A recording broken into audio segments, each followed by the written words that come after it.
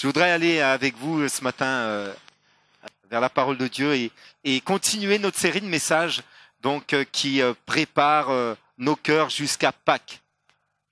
Vous avez vu dimanche dernier avec Pasteur David comment le Seigneur a lutté au jardin de Gethsémani pour finalement plier sa volonté devant celle de son Père qui est dans le ciel. Et c'est important pour nous aussi de plier notre volonté à celle de Dieu. Parce que la volonté de Dieu pour nous, elle est bonne, elle est agréable et elle est parfaite. Si nous résistons, nous risquons de passer à côté du plan de Dieu qui est bon pour nous. Mais si, comme Jésus, nous capitulons devant notre Père qui nous aime et qui a des bons projets pour nous, alors, même s'il nous faut passer par la souffrance, nous serons en mesure d'entrer dans le plan de Dieu qui est bon pour nous.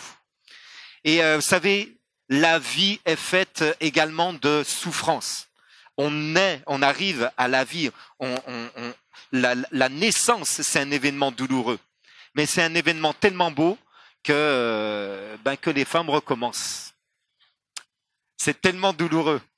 Et si vous demandez à une femme après la naissance, tu veux un autre enfant? Là, c'est la question à ne pas poser, surtout les amis. C'est pas le moment. Laissez-lui les premières joies, les premiers sourires du bébé et après c'est reparti. Donc en tout cas, la vie est faite, c'est sûr, de souffrance, mais elle est faite de moments de joie comme ça. Et notre vie, doit passer par ces Gethsémani, ces moments où on va plier nos cœurs à la volonté de Dieu. Aujourd'hui, on attaque le troisième volet de cette série de messages qui nous conduit après Gethsémani au tribunal. Donc, vous êtes invités ce matin au tribunal. Je ne sais pas si quelques-uns parmi nous ont été jurés, je crois qu'on dit, hein. C'est ça, hein, jurés. Ça doit être une expérience particulière. Pasteur David a été juré, donc il a dû témoigner dans une affaire. Il était en contact sur Nantes par le ministère avec quelqu'un qui a commis un crime et qui a été jugé. Et donc, il a été appelé. Et il était dans tout cet état. Et on peut imaginer, autant nous attendons de la justice, qu'elle soit juste, autant c'est important lorsqu'on est victime de pouvoir réclamer justice. On réclame notre droit. Et chaque être humain sur la terre a des droits fondamentaux, le droit à la justice notamment. Et autant de se placer de l'autre côté, de se placer du côté de ceux qui vont être jurés, ça doit être quelque chose de très lourd et de difficile. Et pourtant, ce matin, je vais vous inviter avec moi, je vais vous inviter à considérer le jugement, l'arrestation et le jugement de Jésus et de vous prononcer. La question pour nous, c'est est-ce que Jésus était coupable? Méritait-il d'être condamné? Est-ce que comment a-t-il réagi face à son procès? Quelle était également l'attitude des chefs religieux et des autorités romaines? Et c'est en réalité un procès qui dure depuis longtemps. Ça a été le procès le plus court au monde. Il a duré quelques heures. Et en même temps, c'est le procès le plus long du monde. Un avocat kényan, en effet, donc Dola Indidis, a estimé que Jésus a été victime d'un procès biaisé, discriminant, malveillant. Et il a réouvert le dossier parce qu'il a estimé que les droits fondamentaux de Jésus ont été violés. Et on va considérer ces choses ensemble. Donc il a poursuivi en justice les assassins de Jésus. Nous qui sommes chrétiens, on se dit, je devrais être traduit en justice alors. Mais il a attaqué, donc il a saisi la Cour internationale de justice de La Haye et il a demandé donc de condamner l'Italie, Israël, les descendants de Ponce Pilate et l'empereur Tibère, et les descendants de l'empereur Tibère. Et le procès dure toujours. Et on va voir en effet, il a raison cet homme. Le procès de Jésus est profondément injuste. Il a violé les droits fondamentaux de l'être humain, des droits que nous sommes en mesure de réclamer pour nous. Alors, on va considérer ces deux choses, ces deux moments, l'arrestation et puis le procès et on va regarder l'attitude des accusateurs et l'attitude de Jésus. Et on va se prononcer ensuite. L'arrestation de Jésus dans un premier temps. D'abord, Jésus, faut comprendre dans le contexte, a suscité en réalité la colère des hommes religieux de l'époque. La Bible nous dit que Jésus allait de lieu en lieu faisant du bien et guérissant ceux qui étaient malades. Il apportait le royaume de Dieu, il délivrait ceux qui étaient captifs, il pardonnait les pécheurs, il apportait une espérance. Et il venait avec un enseignement qui était complètement différent de la loi. En réalité, il respectait la loi, mais il allait beaucoup plus loin que la loi. Et surtout, Jésus apportait une nouvelle dimension à la religion. Je mets religion entre guillemets. Parce que pour lui, c'était pas justement, l'intérêt n'était pas d'observer les commandements de la loi et les rituels de la loi seulement, mais c'était d'établir une relation entre les hommes et Dieu. Et pour les hommes religieux de l'époque, c'était insupportable parce qu'ils perdaient leur autorité d'enseignant sur le peuple. D'ailleurs, on disait de Jésus, on donnait ce témoignage. À quel autre irions-nous? C'est Pierre qui dit, tu as les paroles de la vie. À quel autre irions-nous qu'à toi? C'est toi qui as les paroles de la vie. Et on disait que Jésus prêchait avec autorité. Non pas comme les scribes et les pharisiens, les enseignants religieux de l'époque, mais il prêchait avec autorité. Ces enseignements ouvraient le cœur, ouvraient l'esprit. Et surtout, ils ouvraient une nouvelle relation avec le Créateur qu'on pouvait commencer à appeler Père, Père dans le ciel. Donc c'était une révolution. Et les hommes religieux de l'époque perdaient leur autorité d'enseignant. Et ils pensaient que Jésus était un opposant de la loi. Ils n'ont pas su discerner, d'après les prophéties, qu'il venait non pas pour s'opposer à la loi, mais pour accomplir la loi et établir une nouvelle alliance avec les hommes. Et aveuglés par leur incrédulité, aveuglés, ces hommes religieux se sont mis à s'opposer à Jésus et ont voulu l'arrêter pour le faire tuer. Donc Jésus se retrouve à ce moment de sa vie où après Gethsémanée, il va être arrêté. Et on va regarder ensemble son attitude. Il va être arrêté d'abord à cause de la trahison, de l'un des siens. Et cette trahison, bien sûr, c'est celle de Judas. Jésus dit dans chapitre 22, on lit ceci, verset 48, Jésus dit, Judas, c'est par un baiser que tu livres le Fils de l'homme. Judas vient, l'un des 12 apôtres, vient trahir Jésus par un baiser, par un geste d'affection. Et Jésus le laisse faire. Alors que Jésus savait très bien que Judas allait le livrer. Lors du repas de Pâques qui a précédé son arrestation, Jésus a révélé aux 12 assemblés autour de la table, il a révélé que c'était Judas qui allait trahir et qui allait livrer le Fils de Dieu pour qu'il soit arrêté. Il savait donc, et pourtant, il se laisse embrasser par celui qui, on pourrait dire aujourd'hui, vous connaissez cette expression, lui met un coup de poignard dans le dos. Il se laisse faire. Judas était pourtant un de ceux qui a connu la puissance de Dieu. Il était envoyé avec les 11 autres apôtres pour prêcher l'évangile. Il a annoncé la bonne nouvelle.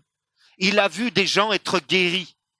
Il a vu même les démons être soumis au nom de Jésus. Et il est rentré avec les 11 tout joyeux de cette puissance et de cette mission que Jésus leur confiait. Même Jésus est allé tellement plus loin dans sa confiance envers Judas, il lui a remis les comptes. C'est lui qui tenait la bourse, c'est lui qui gérait la vie terrestre, la vie humaine, la vie de tous les jours des 12 et de Jésus. C'est lui qui s'était vu attribuer un signe de confiance par son appel, par la mission, par la gestion des finances du groupe. Et pourtant, il va finir par trahir Jésus pour 30 pièces d'argent. 30 pièces d'argent, c'était l'équivalent à l'époque de 4 mois de salaire d'un ouvrier non qualifié. Ce qui m'intéresse le plus ici, c'est que c'était également le le prix du rachat d'un esclave. Donc Judas vient dire, lorsqu'il vient arrêter Jésus, que Jésus, au final, peut-être pour lui, ne vaut pas plus qu'un esclave. Il est prêt de le livrer pour le prix de rachat d'un esclave. Donc c'est méprisant pour le Seigneur. Mais Jésus se laisse arrêter. Il est trahi par l'un des siens. Et il est traité, deuxièmement, il est traité comme un homme dangereux, comme un criminel.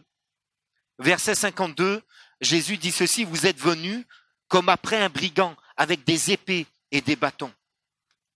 L'évangile de Matthieu ou de Marc nous dit ceci, une foule nombreuse armée d'épées et de bâtons, envoyés par les principaux sacrificateurs et par les anciens du peuple, donc sont venus pour arrêter Jésus. Donc les hommes religieux ont envoyé des hommes armés. Luc nous parle d'une foule et l'évangile de Jean nous dit ceci, Judas ayant pris la cohorte et des huissiers, donc vint pour arrêter Jésus. Une cohorte, c'était, on estime, à peu près une foule, enfin en tout cas une organisation de 600 soldats armés de Rome. 600 hommes pour venir arrêter un homme qui n'a jamais commis aucune violence, qui n'a jamais tenu un propos haineux, et on vient avec 600 soldats romains armés pour arrêter cet homme.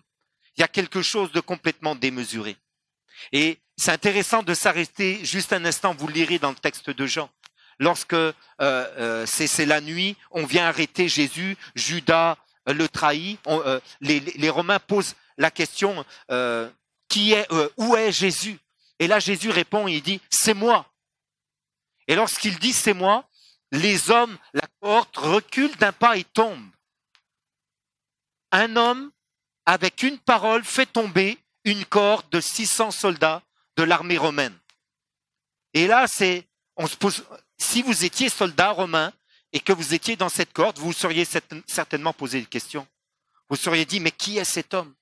Et quand on regarde dans le texte, c'est intéressant de comprendre que lorsque Jésus dit c'est moi, il utilise en réalité l'appellation que Dieu prend pour se révéler à Moïse. Lorsque Dieu se révèle à Moïse, il dit je suis, l'Éternel dit je suis celui qui suis, je suis. Il est Dieu, je suis, j'existe. Et en fait, Jésus utilise ce même mot lorsqu'il dit c'est moi, il dit je suis. Donc clairement, il annonce qu'il est le Fils de Dieu. Et Judas, qui est là, qui vient de le livrer, se souvient qu'il livre le Fils de Dieu. Et à cette appellation, les soldats reculent et tombent. Jésus ne s'est pas défendu. Il s'est laissé volontairement arrêter. Il s'est laissé volontairement trahir par l'un des siens, sans jamais se défendre. Il a été arrêté comme un vulgaire criminel. On est venu avec une armée pour l'arrêter, alors que en réalité, c'est lui qui se livrait lui-même. Jésus va beaucoup plus loin que ça encore. Lorsque on lui met les menottes aux mains et aux pieds, l'apôtre Pierre a une réaction qu'on peut comprendre peut-être. Peut-être ça aurait été la nôtre.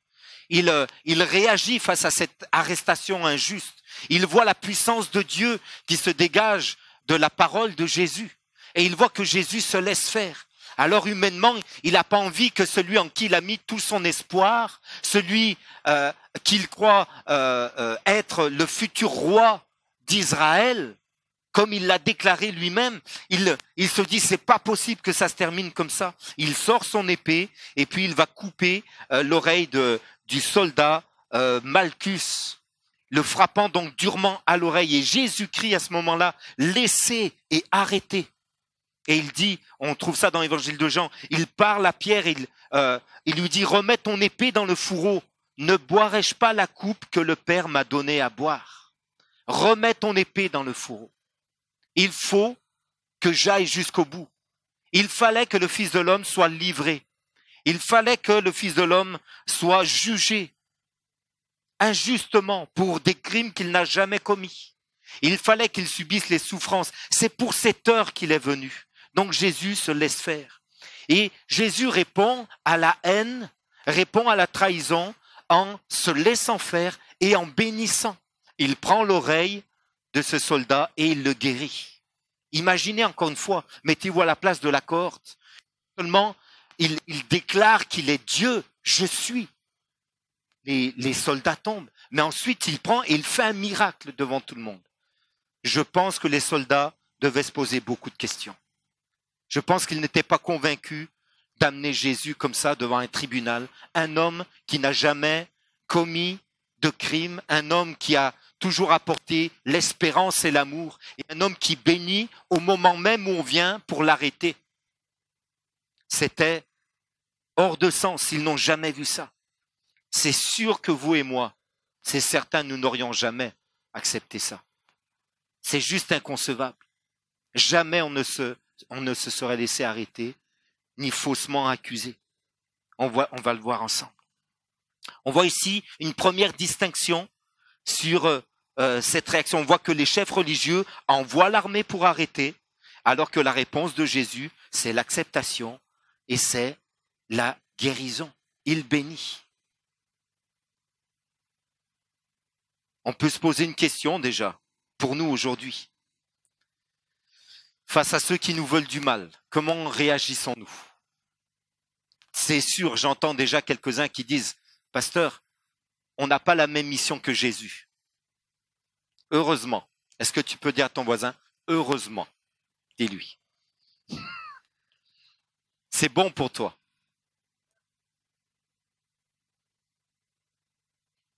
Mais on va considérer ensemble que si Jésus a accepté ça, bien sûr, par amour pour nous, peut-être qu'on n'est pas obligé, en effet, je suis d'accord avec vous, de tout accepter, accepter toutes les injustices, comme Jésus l'a fait par amour pour nous. C'est évident, c'est pas notre mission.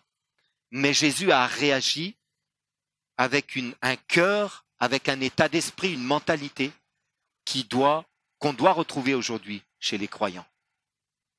Même si nous sommes appelés à nous défendre, même si nous sommes appelés à bénir, et même dans des cas où on n'est pas obligé de se laisser faire, on n'est pas obligé de tout accepter, pour autant on doit garder un cœur avec la mentalité, avec les pensées pures qui étaient celles de Jésus.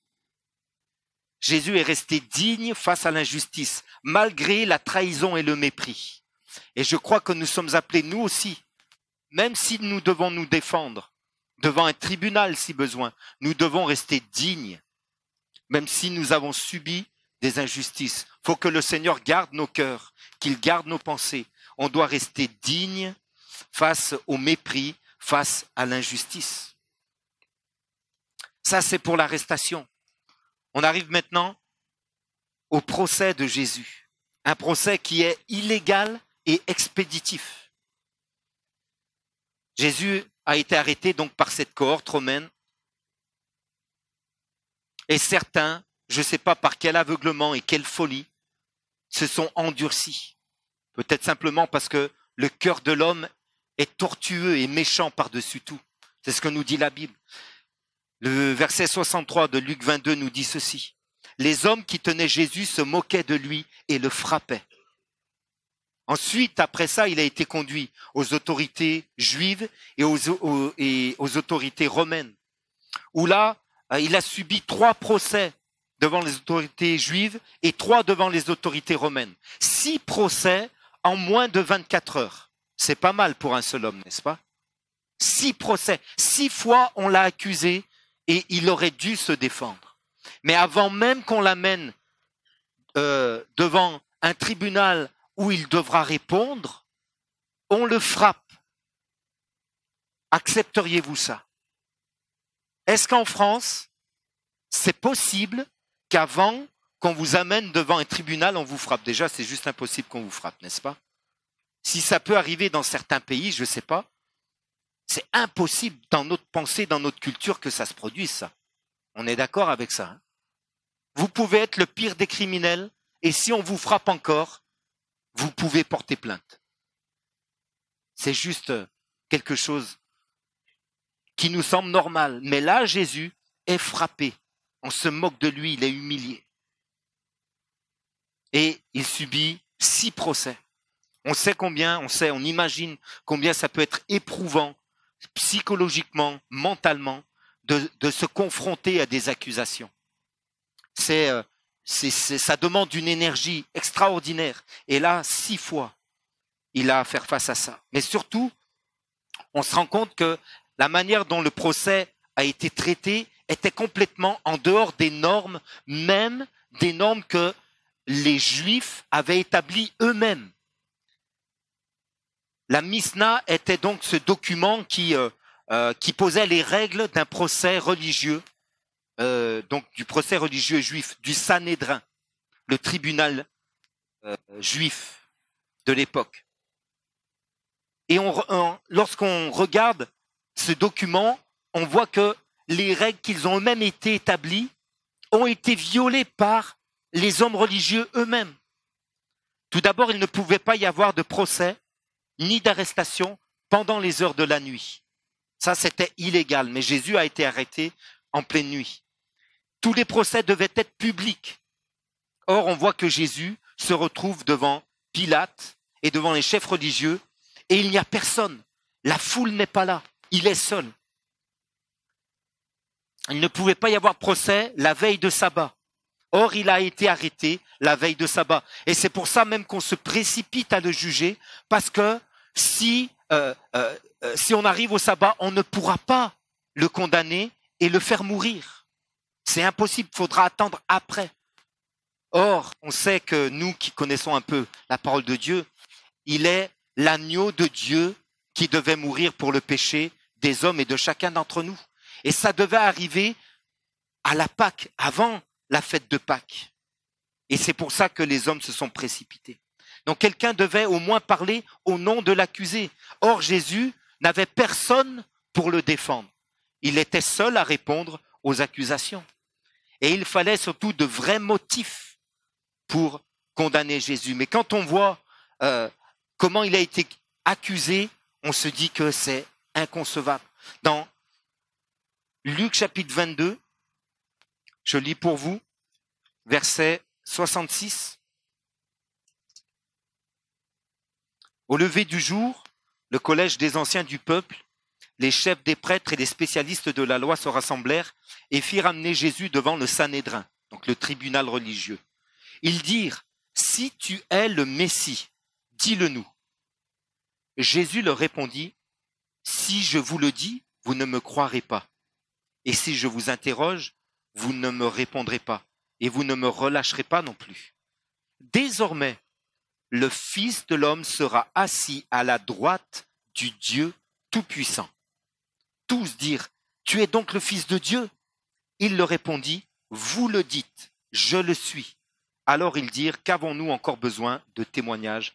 Nous l'avons entendu nous-mêmes de sa bouche. » Et là, ils ont décidé donc de le condamner. Donc Jésus n'a pas de vrai motif de condamnation. Es-tu le Fils de Dieu? Vous dites, je le suis. Je suis le Fils de Dieu. Et donc là-dessus, il le condamne. Lorsque on l'amène devant Pilate, Pilate lui-même ne comprend pas les raisons de ce jugement. Il dit ceci, « Je ne trouve rien de coupable en cet homme. Et voici, je l'ai interrogé devant vous, et je ne l'ai trouvé coupable d'aucune des choses dont vous l'accusez, ni Hérode non plus, car il nous l'a renvoyé. Et voici, cet homme n'a rien fait qui soit digne de mort. Je le relâcherai donc après l'avoir fait battre de verges. » Pilate leur dit, pour la 3e fois, « Quel mal a-t-il fait? Je n'ai rien trouvé en lui qui mérite la mort. Je le relâcherai donc. » Et là, la foule crie, « Crucifie-le, crucifie-le. » Et Pilate a 3 fois, vous connaissez ce texte, peut-être on y reviendra plus tard, mais Pilate a 3 fois dit, « Je n'ai rien trouvé de coupable en lui. » Son épouse est tourmentée. Elle vient l'avertir de ne pas commettre d'injustice. L'homme qui va être condamné est un homme juste. Et Pilate va faire ce geste connu partout. Il va se laver les mains comme s'il pouvait vraiment se laver les mains de ce qui est passé. Mais la Bible nous dit qu'il mourait, que Jésus mourait pour nos péchés. C'est pas uniquement Pilate. Le procès qui est ouvert aujourd'hui, c'est pas contre les Juifs ou contre les Romains ou contre les descendants de Pilate ou de Tibère. C'est nous qui avons fait mourir Jésus. C'est vous et c'est moi. C'est ce que nous dit la Bible. Ce sont vos péchés qui l'ont condamné. C'est à cause de mes péchés qu'il est mort à la croix. C'est à cause de tes péchés que Jésus a accepté de subir l'injustice de la part des hommes. Il aurait pu s'en remettre à la justice de son Père. Il aurait pu, en un instant, comme il dit devant Pilate, il aurait pu, en un instant, demander à son Père dans le ciel d'envoyer une armée d'anges qui serait venue le secourir et qui l'aurait délivré. Mais il s'est livré lui-même en rançon pour nous. Comme une brebis muette, qu'on mène à la boucherie.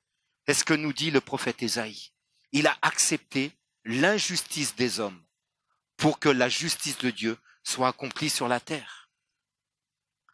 Le point qui nous intéresse ici, c'est que on voit que les hommes religieux ont adapté la propre loi, la loi qu'ils ont eux-mêmes écrite pour finir par servir leurs propres intérêts.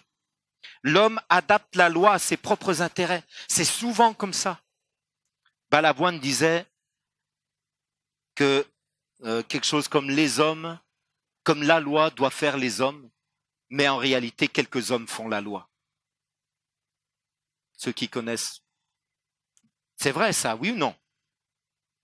Laissez-moi vous dire que ce n'est pas simplement ailleurs, mais chacun d'entre nous, on agit comme ça aussi. On est capable de prendre la loi qu'on connaît, la loi de Dieu, et de l'adapter en fonction de nos besoins. On est capable de transformer nous-mêmes la loi de Dieu pour ce qui nous arrange. On est capable de servir nos propres intérêts. Seigneur, je suis en colère, mais c'est normal. Regarde ce qu'on m'a fait subir.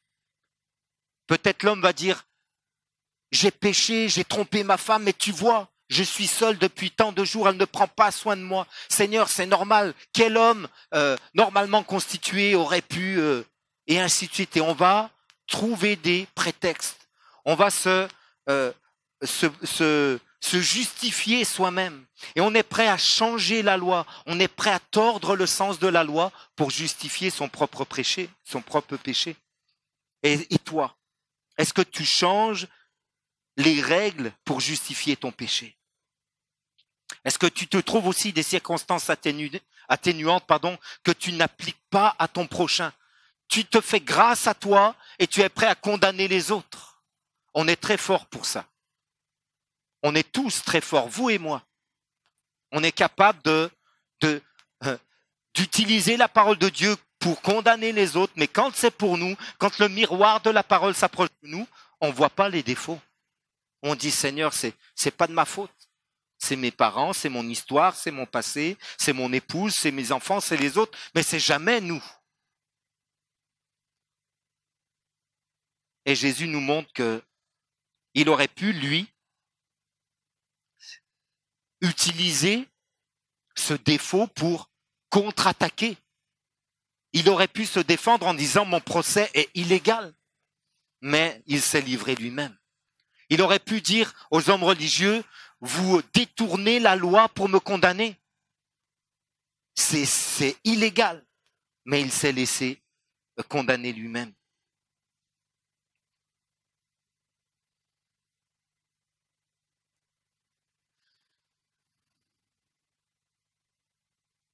Jésus aurait pu se justifier par la loi pour être sauvé, parce qu'il n'y avait rien dans la loi qui pouvait le condamner. Pilate n'a rien trouvé en lui. Les hommes religieux n'avaient rien de concret pour l'accuser, mais il a accepté d'être condamné injustement par la loi pour nous sauver. La Bible nous dit qu'il est devenu péché. Et en réalité, la condamnation qu'il a prise, c'était pas pour ses propres péchés, c'était pour nos péchés à chacun d'entre nous. La Bible nous parle du substitut qu'il a été, c'est-à-dire qu'il a pris notre place. Et la condamnation qu'il subit, c'est pas pour celle de ses fautes et de ses crimes, mais c'est pour nos péchés, nos fautes, nos crimes. Le prophète Ésaïe disait ceci. C'est à cause de vos péchés. C'est pour nos maladies, c'est pour nous délivrer qu'il a accepté d'être condamné. Afin qu'on soit, nous, épargnés de cette condamnation-là. Il aurait pu se défendre, il aurait pu appeler une armée d'anges, il aurait pu utiliser la malhonnêteté des Juifs, des hommes religieux pour la tourner contre eux en sa propre faveur. Mais il s'est gardé. L'attitude de Jésus n'était pas argumentaire, mais elle était exemplaire. Il nous a laissé l'exemple parfait de l'amour. Il aurait pu se défendre, mais il a accepté de ne pas se défendre, par amour pour nous. Le docteur Charles Swindoll disait ceci. C'est un pasteur très connu, un docteur en théologie, l'auteur de nombreux livres, traduits partout dans le monde. Il a dit ceci. Jésus a accepté la réalité qu'il ne recevrait pas de justice de la part des hommes. Il chercha alors à se soumettre à la volonté du Père. Il déclara la vérité et refusa de laisser la colère ou l'amertume être une entrave à ceux qui avaient le désir de le connaître. Tout au long de l'épreuve, il se confia à celui qui jugera finalement et inévitablement chaque âme justement. Il s'est remis donc à son Père qui est dans le ciel. Et Dieu nous dit, à chacun d'entre nous, que c'est à lui qu'appartient la vengeance et la rétribution. Amen. Si Jésus a accepté de subir la justice des hommes, la justice injuste des hommes, il s'en est remis à son Père qui va traiter chacun selon sa justice à lui. Amen. Et lui a été fait pour nous péché. Il a porté la condamnation du péché afin que nous n'ayons pas à subir la justice de Dieu, mais d'être sauvés devant son Père. Amen. Ce qui nous intéresse aujourd'hui, je voudrais m'adresser en terminant, si les musiciens veulent s'approcher, je voudrais m'adresser aux croyants dans un premier temps. Et ensuite, je m'adresserai aux personnes parmi nous qui s'approchent du Seigneur. D'abord, pour les croyants, leur dire ceci. Ta réaction, notre réaction face à l'injustice est notre témoignage. Comment réagissons-nous face à l'injustice? Est-ce qu'on laisse la colère remplir notre cœur? Est-ce qu'on a envie de tirer vengeance? Est-ce qu'on est prêt parfois à subir une injustice par motif de conscience?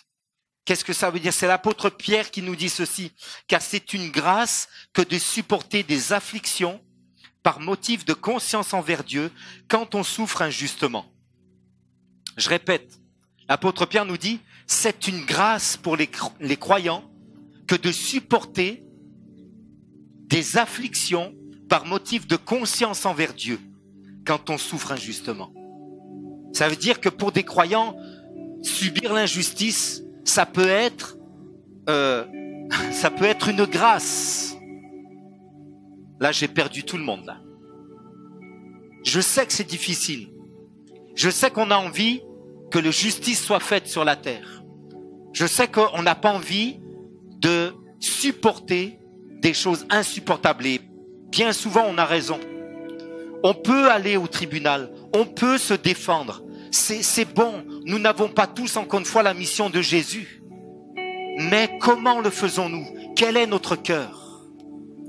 Et sommes-nous vraiment appelés à le faire? Si oui, faisons-le avec un bon cœur. Si nous devons nous défendre, si nous devons porter plainte contre quelqu'un, faisons-le, mais avec des motifs qui sont sains, qui sont bons. Pas avec de la colère, pas avec de la haine, pas avec un désir de vengeance. Laissons à Dieu le soin de juger lui-même. Mais si nous devons nous protéger et nous défendre, faisons-le malgré tout avec un cœur droit et pur. Et si nous devons souffrir des injustices, faisons-le par motif de conscience envers Dieu et faisons-le comme une grâce. Et là, bien sûr, personne dit Amen. J'attends pas de Amen, spécialement ici. C'est difficile. C'est difficile. Lorsqu'une femme est employée et qu'elle se rend compte que pour le même poste, elle est moins bien payée qu'un homme, c'est juste inconcevable. C'est juste anormal. Peut-être c'est ton cas et tu as envie de te défendre. C'est bien, mais fais-le avec un bon cœur. Lorsque Martin Luther King a défendu le droit des Noirs américains, il l'a fait avec un cœur le plus pur possible.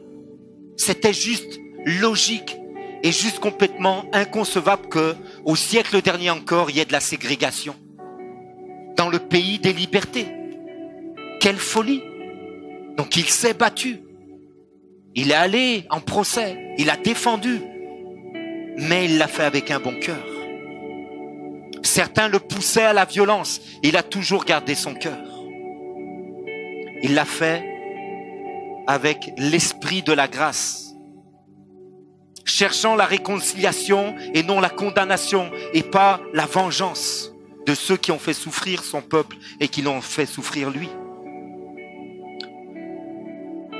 Qu'est-ce que tu dois, comment dois-tu réagir face à ça? Je voudrais donner ce témoignage de ce que j'ai vécu il y a un an, pile poil, il y a un an, lorsque, il y a un peu plus d'un an, peut-être 13 mois, on avait la nouvelle d'une démarche qu'on avait faite concernant le carré de la République, vous vous souvenez? On avait fait une proposition, et puis la région vendait ce bâtiment juste ici à côté, et c'était un appel d'offres, donc on a répondu à l'appel d'offres. Donc soupli, cacheté, enfin pas cacheté mais soupli, on a remis la lettre et il y avait une commission qui délibérait avec un huissier de justice, donc qui était là pour ouvrir les enveloppes et regarder l'offre qui était la plus offrante. Et quand c'est comme ça, normalement on accorde au plus offrant le bien qui est mis en vente. Cette même commission, le même jour, a vendu sur l'île un bâtiment qui était estimé, qui a été vendu 10% au-dessus de sa valeur estimée. Et cette même commission a refusé notre proposition qui était la plus offrante, qui était également 10% au-dessus de la valeur estimée du bien. Donc d'un côté, ils ont appliqué une règle à qui ils ont accordé la vente, et de l'autre côté, avec les mêmes conditions, ils ont refusé. C'est une injustice. Là, dans mon esprit, ça s'est enflammé, les amis. Qu'est-ce qui se passe? Il y en a marre de se faire marcher dessus parce qu'on est des chrétiens, on va rien dire, parce que voilà, ça fait longtemps, j'ai fait des démarches, je suis allé voir Madame le maire, j'ai tout fait, on a cherché partout, il n'y a rien, et maintenant, même face à ce qui est carré, normal, réglementaire, l'État, on nous refuse, et en plus, on nous le dit pas. On apprend la réponse par le courrier Picard, le journal. Un chrétien m'appelle, ça y est, la commission a eu lieu, la réponse a été donnée. Je dis, je suis pas au courant, j'ai pas reçu de courrier. Non, en fait, ils ont reporté la vente parce que les offres ils ont estimé qu'elles étaient insuffisantes par rapport à la valeur du bien. On est 10% au-dessus. Comment ça, c'est insuffisant? Et donc, je me suis enflammé. Le conseil d'administration a essayé un petit peu je voulais porter plainte. J'ai dit, maintenant, on va se défendre. Il y en a assez. C'est quelques semaines avant notre congrès pastoral, il y a un an. Et au congrès pastoral, il y a un don spirituel pendant une réunion. Tu as fait une offre pour un bâtiment. On est 400 pasteurs. Hein. Des projets, ça foisonne en ce moment. Il y en a de partout. Je dis, ouais, on est plein dans ce cas. Et l'offre a été refusée. Ouais, je dis, ça commence à se resserrer un peu. Et ça a suscité de la colère dans ton cœur. Je dis, peut-être que c'est quelqu'un d'autre aussi. C'est pas... Tu as estimé avoir subi une injustice de la part des hommes. Ouais. Et tu voudrais porter plainte. Tu voudrais porter l'affaire au tribunal. Là, je commence vraiment sérieusement à me poser des questions. Et je pense pas qu'on soit 36 là, dans ce cas-là. Mais Dieu te dit, c'est pas l'homme qui s'oppose à ma volonté, c'est moi qui ai fermé la porte. Aïe. Je disais pas amen sur le moment. Ça faisait mal. Aïe. Aïe, aïe. Mais merci Seigneur, Dieu est bon avec nous. Amen. Dieu est bon avec moi. Je l'aurais pas fait, bien sûr, si le conseil d'administration ne suivait pas. Mais j'essayais de les convaincre un peu, quand même. Et puis, 1 an plus tard, Dieu nous a ouvert une porte extraordinaire, n'est-ce pas? On a une belle occasion. On a une belle opportunité que Dieu nous a donnée. Dieu savait toutes choses, amen. Parfois, nos sentiments nous poussent à réagir. Et Dieu veut qu'on agisse. Quand on subit l'injustice, c'est bon de venir avec son cœur, le déverser devant Dieu et dire, Seigneur, comment aurais-tu réagi, toi? Comment est-ce que dans ce cas, je dois réagir, moi? Même si je dois me défendre, même si je dois porter plainte, sonde mon cœur, Seigneur. Donne-moi des sentiments nobles, amen. C'est comme ça qu'on doit réagir. Pour les non-chrétiens, peut-être vous êtes croyants, mais vous vous approchez du Seigneur. Je voudrais vous adresser cet appel. Caïphe, le chef des religieux juifs, donc à l'époque de Jésus, avait dit ceci. Il est dans votre intérêt qu'un seul homme meure pour le peuple et que la nation entière ne périsse pas. C'est dans votre intérêt. Il a même dit ceci, je lis pour vous. Il ne dit pas cela de lui-même, le texte nous dit, mais en étant souverain sacrificateur cette année-là, il prophétisa que Jésus devait mourir pour la nation. Et ce n'était pas pour la nation seulement, c'était aussi afin de réunir en un seul corps les enfants de Dieu dispersés. Il disait cela pour toi aujourd'hui. C'est pour toi que Caïphe prophétisait qu'il était préférable qu'un seul meure plutôt que toute la nation meure. Il disait cela pour les disperser. Les disperser, c'est nous aujourd'hui à Amiens. Vous qui entendez ce message, qu'allez-vous faire de l'amour de Jésus? Allez-vous aussi regarder à cette injustice qu'il a subie par amour pour vous? Allez-vous l'accepter ou allez-vous mépriser ce que Jésus a subi pour vous? Alors qu'il l'a subi pour que vous ne soyez pas condamnés, mais pour que vous soyez sauvés. Il aurait pu être sauvé, mais il a choisi d'être condamné à votre place. Et aujourd'hui, le choix est devant vous. Allez-vous dire, Jésus, c'est pas pour rien que tu as supporté cette injustice. Moi, aujourd'hui, je crois en toi et je te donne mon cœur, Seigneur. Je crois que tu m'as sauvé ce jour-là. Je crois que tu as accepté de subir ces souffrances et cette injustice par amour. Amen. Je vais vous inviter à vous lever.